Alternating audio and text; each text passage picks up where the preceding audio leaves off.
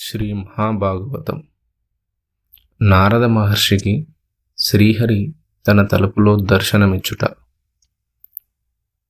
ఆనందాశ్రులు గన్నులను వెడల రోమాంచంబుతో తత్పదధ్యానారూఢుడనైన నా తలుపులో నద్దేవుడున్ దోచె నేనానందాబ్దిగతుండనై ఎరుగలేనైతిన్ నను నీశ్వరున్ నానాశోకహమైన యత్తనువుగానన్ లేక ఎట్లంతటన్.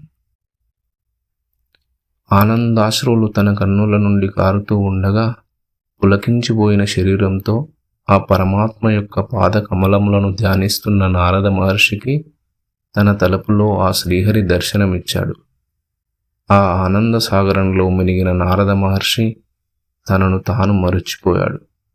ఆయన తన కన్నులు తెరిచి చూసేసరికి ఆ పరమేశ్వర స్వరూపం అదృశ్యమైంది.